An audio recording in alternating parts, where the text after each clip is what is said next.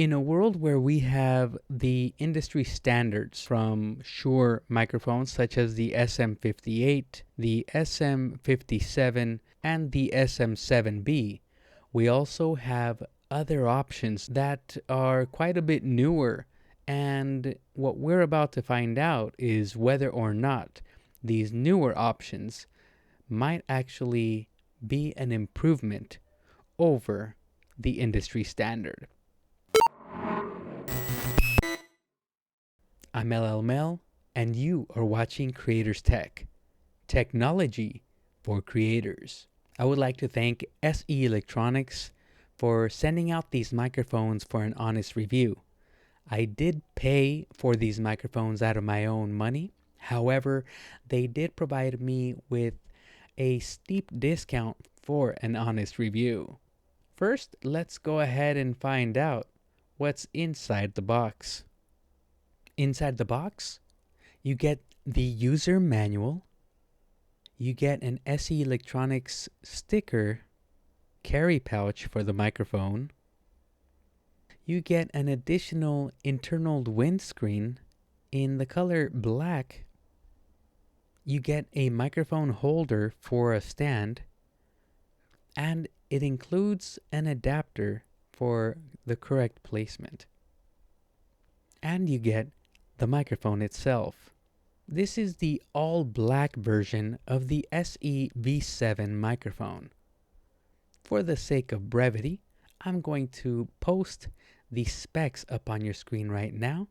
You are currently listening to the SE Electronics V7 microphone.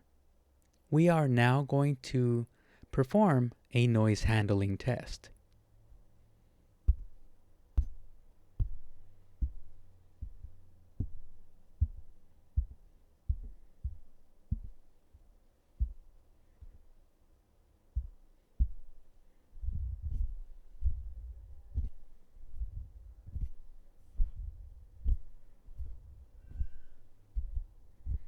We are now going to test the proximity effect on this microphone.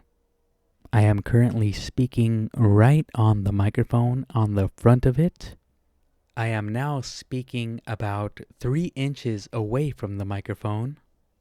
I am now speaking about 6 inches away from the microphone. I am now speaking at a distance of about 1 foot away from the microphone. I am now speaking at a distance of about 3 feet away from the microphone. Now let's test the off-axis rejection of this microphone.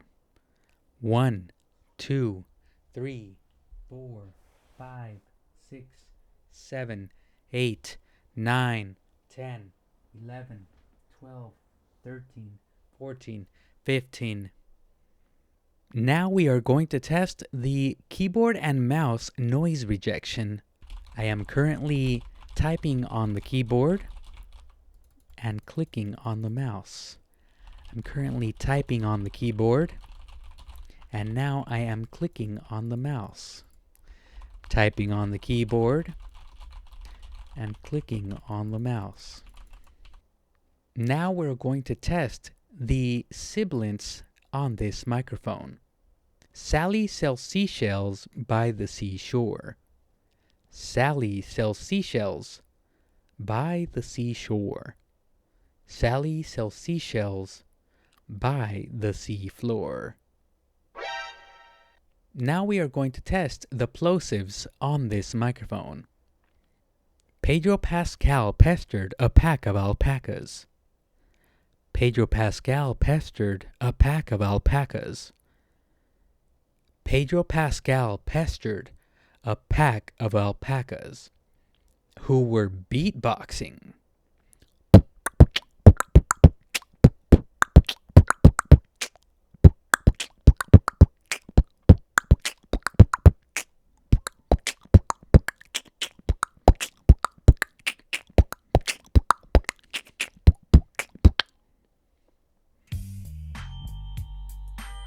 You have been listening to the SE Electronics V7 microphone. Very well. So now that we have put this microphone through its paces, What do I think of the SE Electronics V7 microphone? First of all, I want to acknowledge what it is. It's a stage microphone. It wasn't built with all these other functions in mind that content creators have come to expect out of a lot of microphones. And with that said, this is definitely a top-notch, top-quality microphone that right off the bat, I will tell you, I strongly recommend. I'm going to skip straight to the plosives on this microphone. I think they could be handled better at this distance that I'm using it at, which is what I think would be very typical of your average YouTube talking head content creator. If you're speaking directly into the microphone, then you will have that proximity effect, but at the same time, you get the negative plosives that come along with that. You could mitigate that by speaking past the microphone so that the wind coming from you goes over it and not through it. And that will help mitigate some of the plosives on it as well. Also, proper mic placement, such as placing the microphone off center. That way, you're not speaking directly into the microphone, you're just off center from it. That will help with getting all of the sound from the microphone, but at the same time, not the wind coming out of your mouth and into the microphone, if that makes any sense to you at all. Now, I know most people in their content creation needs don't have the experience or the time yet to be putting all that time and effort into proper mic placement, especially when all you want to do is focus on the rest of the stuff that you're doing, to go ahead and just remember, oh, proper mic placement. So what I would strongly recommend is what I'm about to do is get any old windscreen. As you can see, this one's all beat up and it's been just kind of put through the ringer here, but any old windscreen to place on this mic, and that will definitely help it with the plosives. All right, so now that I have an external windscreen on the microphone, you will hear a lot less plosives and wind coming into the microphone. So this automatically will place it in a category where you can actually use this microphone for long form podcasts. This is a dynamic handheld microphone at heart, and it does have a bright signature, a bright sound quality to it. What do I mean by bright? What I mean is that on the spectrum of sounds that it captures and that it accentuates, what this will do is some of the bass sounds, the low end sounds, the low frequencies on the spectrum are mitigated. They're reduced. As I had mentioned before, it does have the brightness to it, so the lows are slightly subdued and the clarity at the end is just ever so slightly embellished, giving you some very clear sound specifically for vocals. So if you are using this mic for singing, it is a very good microphone. It is also very good for spoken word.